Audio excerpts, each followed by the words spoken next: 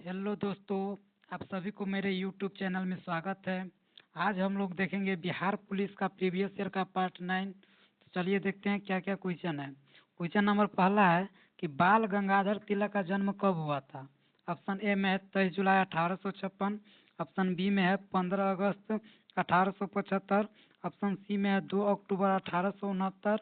Option D में है 14 अप्रैल 1891। इसका सही आंसर क्या हो जाएगा? ऑप्शन नंबर ए 23 जुलाई 1856। और बाल गंगाधर तिलक का जन्म कहाँ हुआ था? तो हो जाएगा महाराष्ट्र के रत्नागिरी में। और इसको कौन सी उपाधि दिया गया था बाल गंगाधर तिलक को? तो हो जाएगा लोकमान्य। और जिसका अर्थ क्या होता है, लोकमान्य का अर्थ पूछे क्या हो जाएगा?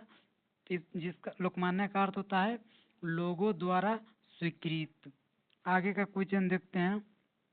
अगला क्वेश्चन है तृतीय बौद्ध संगीति के अध्यक्षता किसने की थी। ऑप्शन ए में है अशोक, बी में है मुगली पुत्र टिस, सी में है महाकश्यप, डी है आनंद। तो इसका सही आंसर क्या हो जाएगा? ऑप्शन नंबर बी मुगली पुत्र टिस। और तृतीय बौद्ध संगीति पूछेगा कि किसके शासन काल में हुआ था, तब इसका आंसर क्या हो जाएगा? तो अशोक के शासन काल में हुआ था। और तृतीय बौद्ध संगीति कब हुआ था? तो हो जाएगा 250 ईसा पूर्व में हो जाएगा। और कहाँ हुआ था? तो पाटलिपुत्र में हुआ था। इसी प्रकार अगला क्वेश्चन देखते हैं। करा राष्ट्रपति पर महाभियोग प्रक्रिया किस अनुच्छेद में है। ऑप्शन ए में है अनुच्छेद 52। ऑप्शन बी में है अनुच्छेद 61। ऑप्शन सी में है अनुच्छेद 74। ऑप्शन डी में अनुच्छेद 80। इसका सही आंसर क्या हो जाएगा? ऑप्शन नंबर बी अनुच्छेद 61। राष्ट्रपति पर महाभियोग प्रक्रिया संसद के किसी भी सदन से प्रारंभ किया जा सकता है, लेकिन जिस सदन से हमको प्रारंभ करना है उस सदन का 1/4 सदस्यों का हस्ताक्षर होना जरूरी है। उसके बाद ही हम उसको प्रस्ताव को पारित कर सकते हैं। जब 1/4 क्या होगा कि हस्ताक्षर मिल जाएगा, तब क्या होगा कि 2/3 बहुमत से हम इसको क्या करेंगे, पारित करेंगे। और उसके बाद दूसरे सदन से भी 2/3 का प्रस्ताव पारित होना चाहिए, तब जा करके क्या होता है कि राष्ट्रपति को पद से हटाया जा सकता है। आगे का क्वेश्चन देखते हैं। अगला क्वेश्चन है बंगाल विभाजन किसके समय में हुआ था। ऑप्शन ए में है लॉर्ड कर्जन। ऑप्शन बी में है लॉर्ड मिंटो। ऑप्शन सी में है लॉर्ड डलहौजी। ऑप्शन डी में है रॉबर्ट क्लाइव। इसका सही आंसर क्या हो जाएगा? Option number A Lord Curzon. पूछेगा कि बंगाल विभाजन की घोषणा कब हुआ था। घोषणा पूछे तो हो जाएगा 20 जुलाई 1905 को। और बंगाल विभाजन का लागू कब हुआ था? तो हो जाएगा 16 अक्टूबर 1905 को लागू किया गया था।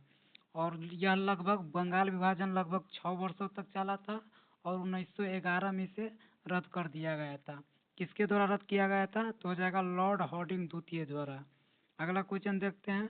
करा इनमें से कौन सा टाइगर रिजर्व बिहार में है। ऑप्शन ए में है Palamu tiger reserve. Option B में है Similipal tiger reserve. Option C में है Valmiki tiger reserve. Option D में है कान्हा टाइगर रिजर्व। इसका सही आंसर क्या हो जाएगा? Option number C Valmiki tiger reserve.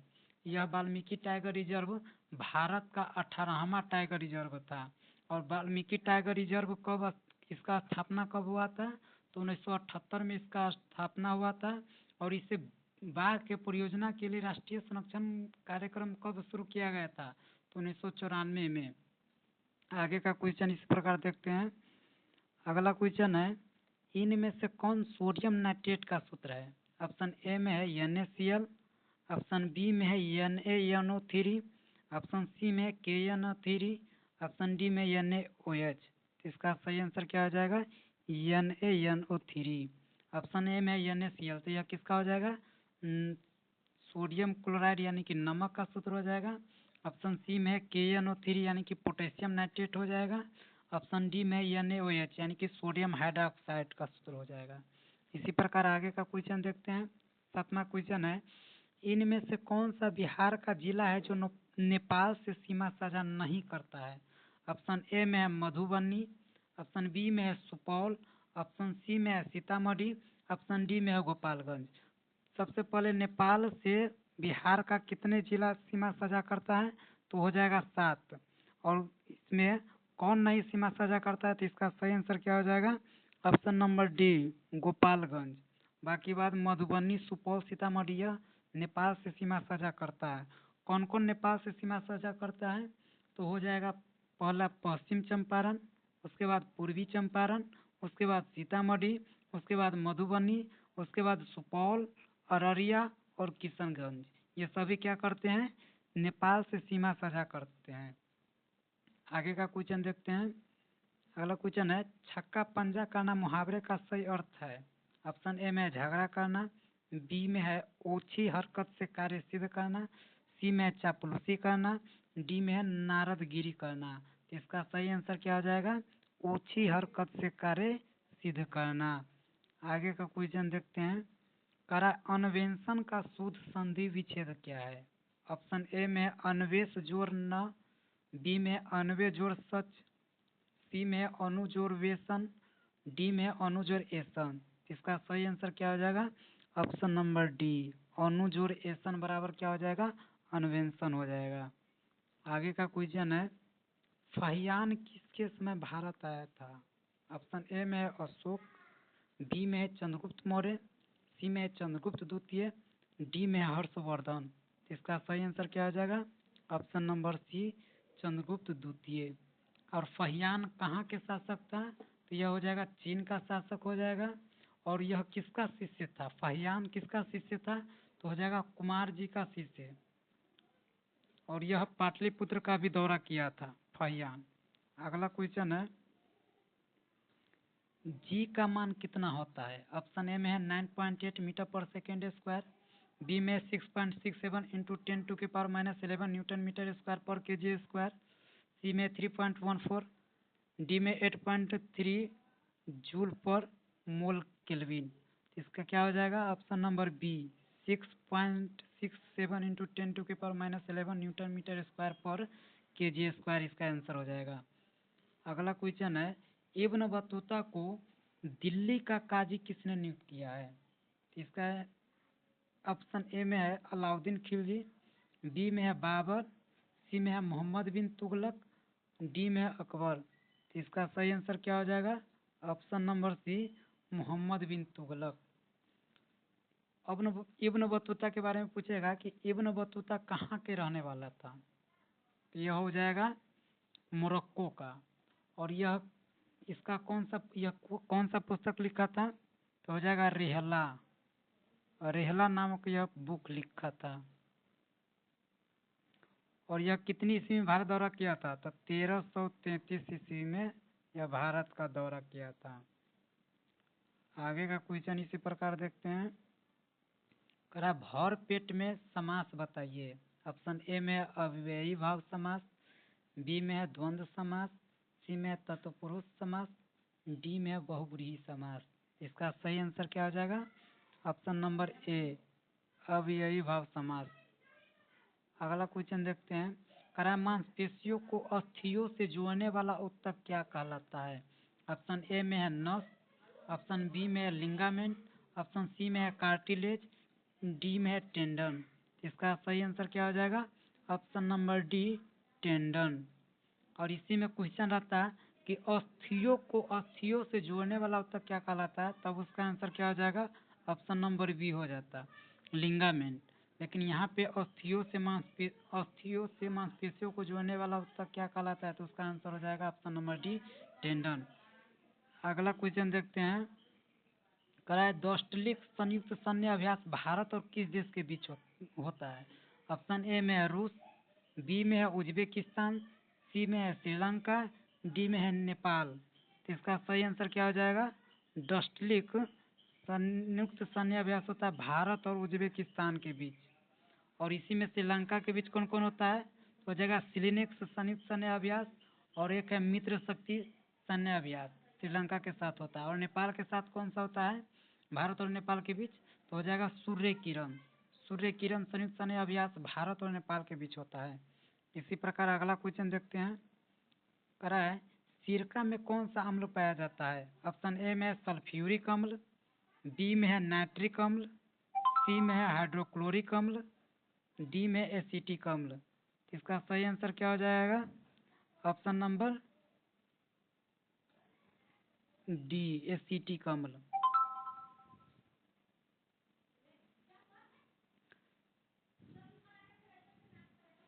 Nitric अम्ल किसमें पाया जाता है? खट्टे फलों में, जैसे हो जाएगा संतरा, नींबू। हाइड्रोक्लोरिक अम्ल किसमें पाया जाता है? तो मनुष्य के उदर में, पेट में हाइड्रोक्लोरिक अम्ल पाया जाता है। इसी प्रकार अगला क्वेश्चन देखते हैं। कह रहा है सुवेरिन पौधे के किस भाग में पाया जाता है?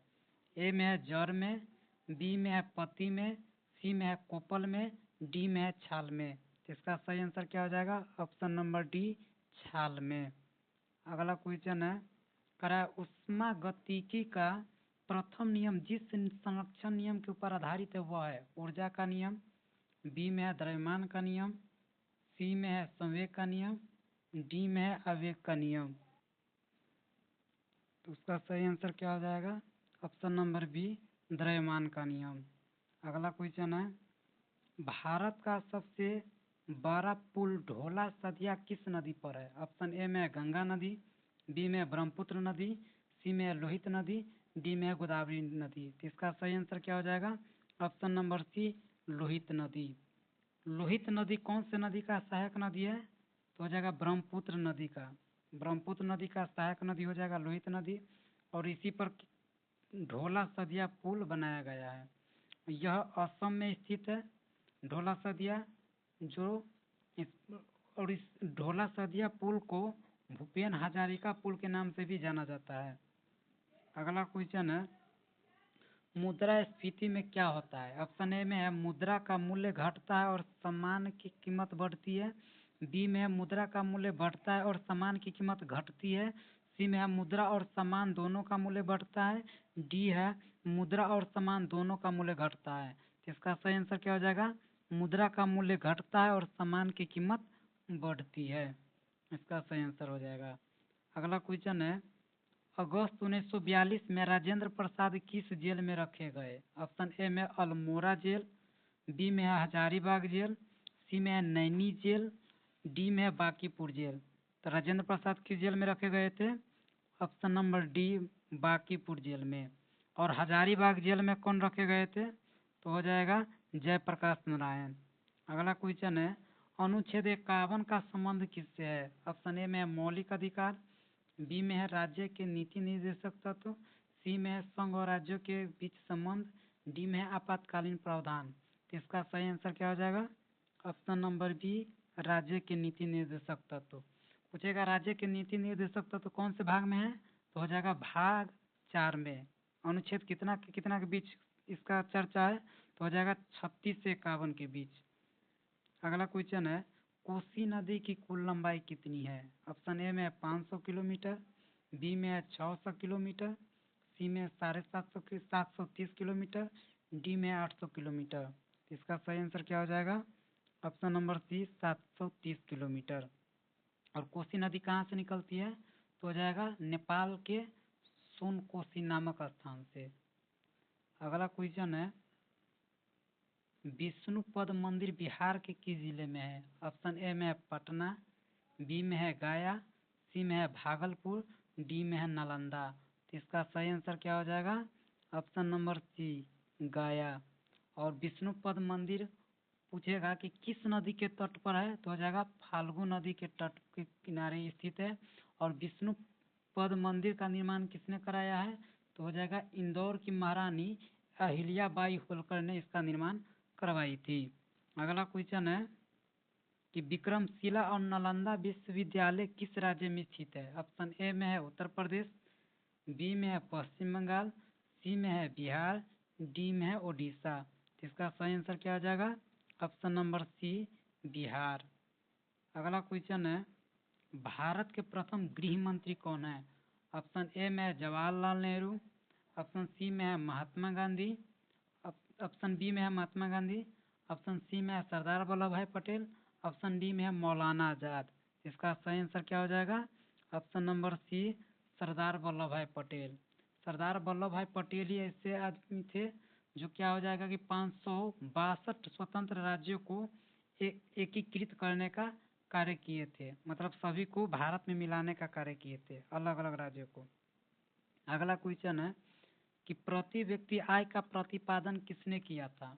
ऑप्शन ए में है आरसी दत्त, बी में है दादा भाई नौरोजी, सी में है एम.एन. रॉय, डी में है गोपाल कृष्ण गोखले। इसका सही आंसर क्या हो जाएगा? ऑप्शन नंबर बी, दादा भाई नौरोजी ने। दादा भाई नौरोजी ने ही भारत में सबसे पहले क्या किए थे? प्रति व्यक्ति आय का अनुमान लगाए थे सबसे पहले। और यह अनुमान कब लगाए थे? तो हो जाएगा 1867 से 68 ईस्वी में।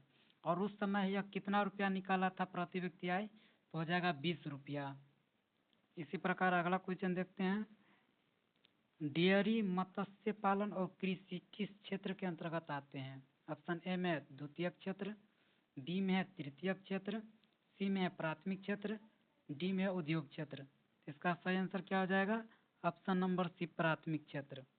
प्राथमिक क्षेत्र में क्या होता है कि सभी क्षेत्र क्या होते हैं? प्राकृतिक से जुड़े होते हैं। और द्वितीय क्षेत्र में क्या होते हैं? निर्माण और विनिर्माण होता है। और तृतीय क्षेत्र में क्या होता है? सेवा, बिजनेस, नौकरी, ये सभी क्या होते हैं? तीसरे तृतीय क्षेत्र में आते हैं। अगला क्वेश्चन है, अर्थशास्त्र के लेखक कौन है? ऑप्शन ए में है मेगास्थनीज, बी में है कौटिल्य, सी में है कालिदास, डी में है पतंजलि। तो अर्थशास्त्र के लेखक कौन हो जाएगा? Option number B, Kautilya. Kautilya किसको कहा जाता है? तो हो जाएगा चाणक्य। चाणक्य को ही कौटिल्य और विष्णुगुप्त के नाम से जाना जाता है। अगला क्वेश्चन है, विश्व जल संरक्षण दिवस कब मनाया जाता है? ऑप्शन ए में है 21 मार्च, बी में है 22 मार्च, सी में है 23 मार्च, डी में है 24 मार्च। इसका सही आंसर क्या हो जाएगा? ऑप्शन नंबर बी, 22 मार्च। 22 मार्च को ही विश्व जल संरक्षण दिवस मनाया जाता है। और यह पहली बार कब मनाया गया था? तो हो जाएगा 1993 ईस्वी में पहली बार विश्व जल संरक्षण दिवस मनाया गया था। और यह कहाँ आयोजित किया गया था? इस दिन को क्या हुआ था कि रियो डी जेनेरो यानी कि ब्राजील के रियो डी जेनेरो में आयोजित किया गया था पर्यावरण और उसके विकास के सम्मेलन को। तो यह सेशन आप लोगों को कैसा लगा प्लीज कमेंट करके जरूर बताइएगा। अगर अच्छा लगता होगा मेरा वीडियो तो चैनल को सब्सक्राइब कीजिएगा। फिर मिलते हैं नेक्स्ट वीडियो में, तब तक के लिए थैंक्स।